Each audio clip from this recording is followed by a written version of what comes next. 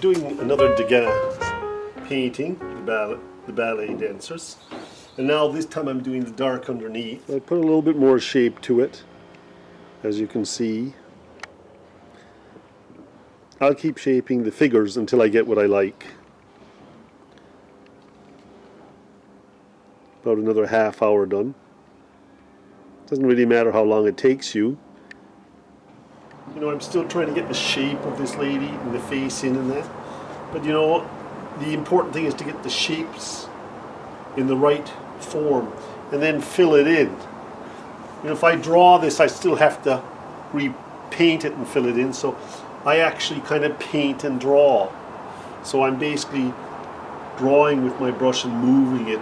You know, I'll push in the background a bit and clean it up and push her up a little and push her this way or a little and that way until I get exactly the feeling I want. This is a different way of painting than, you know, the sketching and drawings and then doing it. I like doing it this way. Yeah, so what I've been working on is the heads. This head is tilted quite down, and I like that on that picture, and this one's up a little, so I want this to go down. This one I'm pretty close, and this back one won't be too bad, but this one's a little bit too straight up. She needs to tilt forward a little with her head.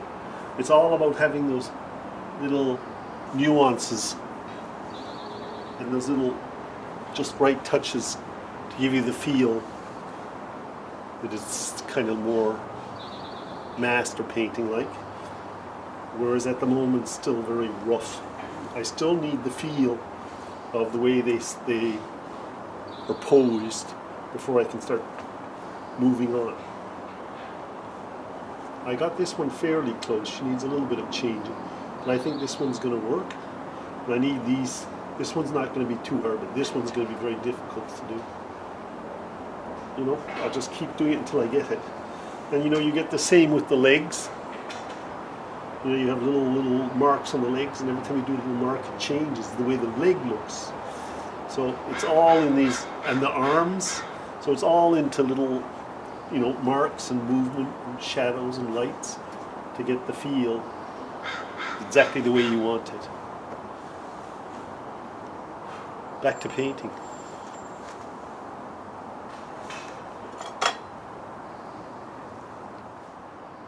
It's still very rough, you know, it's still not in the shape I want. I'm trying to get that kind of a shape, especially on the, where's my finger? There's my finger. I want to get the shape of the head down, and my head's more up, and this back girl here is straighter, and I want her to look down as well, like this one up here.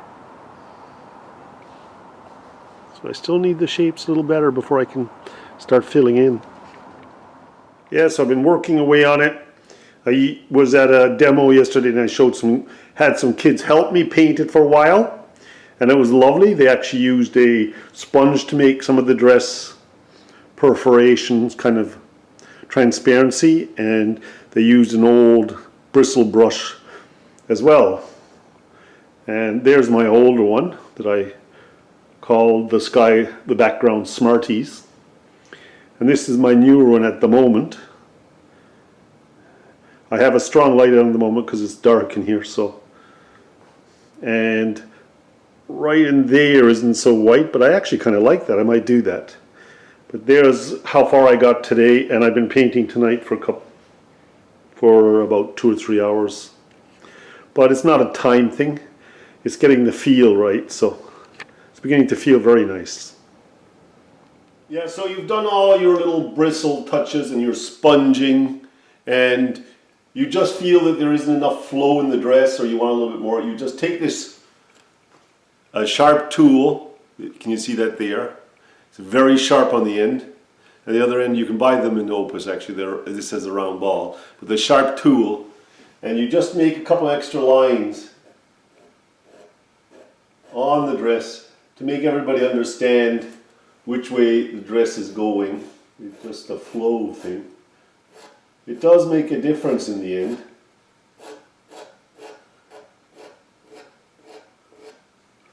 Looks like creases a bit. And then, you know, you can do it up here a little bit too on these waist things to the side a bit. Flow of materials. So that's that.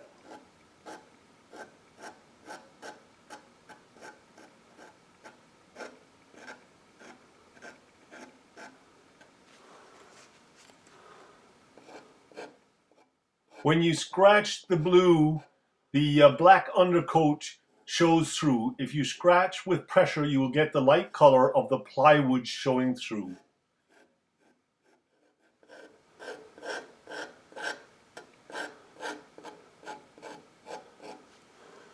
So when you're doing shadows, this is a bit of the dark color right now. See, that's a shadow there. I'll go a little bit bigger on purpose, right? What you want to do then is take the lighter color and come in here and then kind of go back and forth. And then it kind of blends. And you have to decide how light or how dark you're going to blend it. But you go back and forth on, I got a darker color again now. Put the brush sideways a bit, and I'm going back and forth, a very small brush, blending. That's how I get the shadow.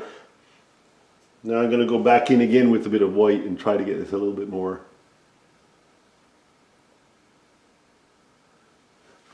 There you go. Tad more white up here. Bit of white. See the way it's blending in? And that's how you blend your shadows, and you swap back and forth with your brush from the dark to the light. So it blends. Yeah, I've done the background more like a kind of mottled wall, if you want to call it, so that the dancers stand out more. But even on this one that's nearly a year old, I've touched up things on it and made things a little better. When you go away and you come back, you see things you didn't see before. So I'm still touching up, and I got the faces better here a little bit. But you know, I'm still doing little touch-ups. I'm not great at faces, but I'm trying to get the faces so that I feel like the details there. I'm never going to be like perfect with it. You know, that's the way it is. There'll be always something a little bit I wanted to do better, but you know, sometimes you just have to say, that's enough, I've got to move on. Yeah, so I have this painting completed. You know, I've been working on the detail, and you know, if you look above, I even touched this up a little bit after a year. I found some things I didn't like, and so I've been touching this up. Yeah, so I've been working on this one a lot. I've changed it, and I moved her head up, moved her head down, but I like it the way it is. And this one's pretty good, and I like the one behind. This one needs a little bit more work, but you know, it's very close. I redid the background, and so I'm quite happy with it now. So we've gone through the painting, the underlaying of black that Degas most likely did. So we've gone through the painting and the undercoating in black. I did the dark navy blue black that Degas did, I think. I also showed some techniques and a little bit of sgraffito, which is the scratching, and you can use the sharp side and the round side to get these marks in your dress that show the flow of the material. But at this stage, the painting's really close, and the best thing to do is you're too close to the subject of your painting at this point because you've been at it for quite a few days. So the best thing to do is put the painting aside, maybe start another painting, but put this same painting aside. And if I come back to this in a couple of weeks, I will view this painting and I will see some of the flaws I have and correct them.